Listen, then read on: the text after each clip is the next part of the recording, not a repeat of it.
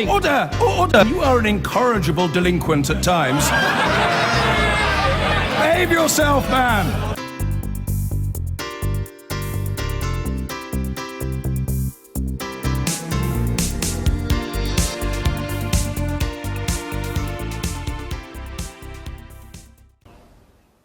Now, Georgetown University in Washington has announced plans to apologise for its role in the slave trade by offering preferential treatment to the descendants of certain slaves.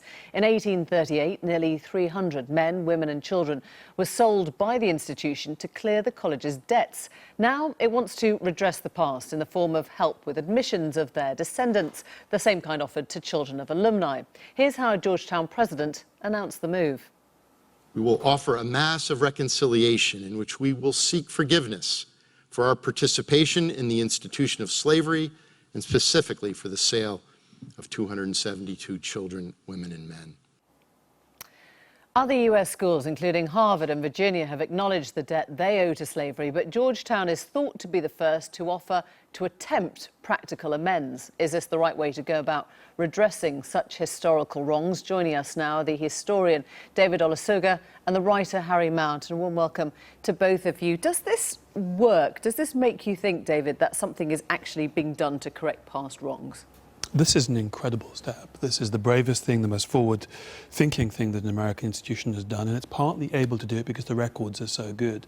These 272 slaves were sold, and that there are around 10 to 15,000 people directly descended from them. The sale of these people saved the university.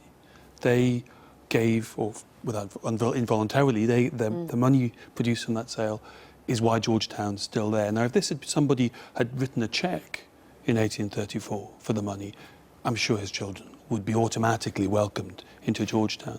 I don't really see the difference. Harry? I think it's a form of historic virtue signalling where somebody apologises not only for something they didn't do, but was done decades before they were born. And we've seen a lot of this. It started with Tony Blair apologising for the potato famine in Ireland in 1997. Now, he's got a lot of things to apologise for, Tony Blair, but the potato famine in Ireland is not one of them. And so I don't agree that we are guilty for the sins, the very real sins committed by our ancestors, and I don't think we should be compensated for those sins inflicted upon them. But it has nothing to do with guilt. You can't inherit guilt. You're absolutely right. You cannot inherit the guilt of your forefathers. There's no one around today who was a slave owner. Yeah. This is about money. The money was inherited. The money was reinvested. The university is immensely rich, has huge bequests. It's not about guilt. It's about money. It's about responsibility. Fair enough.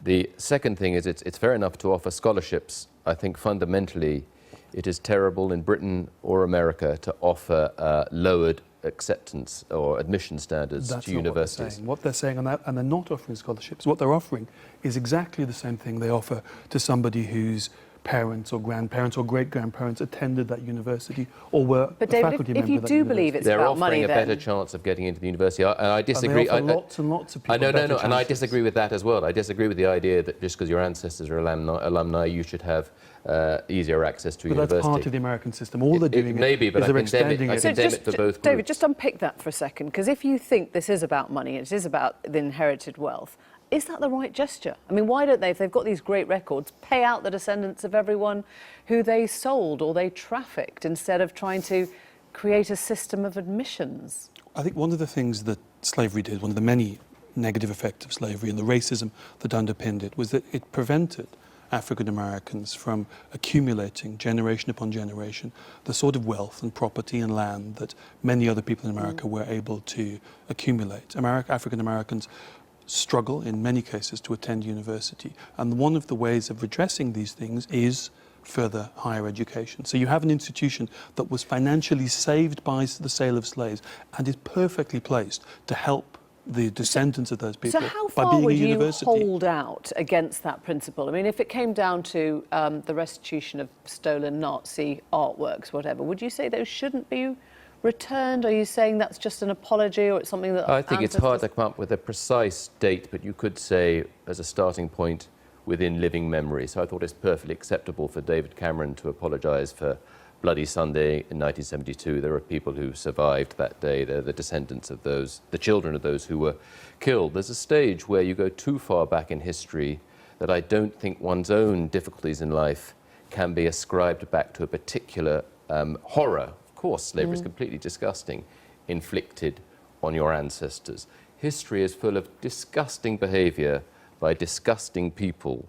I don't think it's for the descendants of those who've done the disgusting things. But if it's directly traceable, if that example of having money that could have gone to you went elsewhere, is that not worth tracing Well, I think back? we're talking about two different things. You could say, as I said to begin with, completely acceptable to offer money as scholarships to people. Which they're not doing. Okay, but I'm saying, okay, Well, that's I fair wish they enough. were doing That's fair enough to do, but there's a particular point about what Georgetown are doing, which is offering these lowered standards, which they do to children. They are. These alumni scholarships. Two people with the same grades, the same qualifications. One of them was a legacy, i.e. their grandparents went there, or one of them was a descendant. Do you worry about that perception, though, David? That is an unfair advantage, as it is for the children of alumni. And if I was in that position, either the child of an alumnus or the descendant of a slave, got into a university because of that, I would feel cheapened and patronised. I don't think it's the way to do it at all. There is that insidious sense, perhaps, if you are part of that community who, you know, knows that they've been given access. What happens if you think that everyone is looking at you thinking that they're only here because they're descendants of slaves? But universities in America are full of people who are there because they're the descendants of people who gave money to that university. So that doesn't make you feel uncomfortable? No, I think that's the American system, and they're extending that system to people, men, women and children, their descendants who were sold. Remember, this is... Let's some will imagine frankly see this as a very clever PR coup by an American university who wants to, you know, do the right thing. I think it's genuine. Look at the words they're using: redemption, atonement. It's not surprising. This is a Catholic institution. It's looking at its past and it's using these terms of atonement. I think this is genuine. I applaud it. Thank you both very much indeed. Thanks for coming in.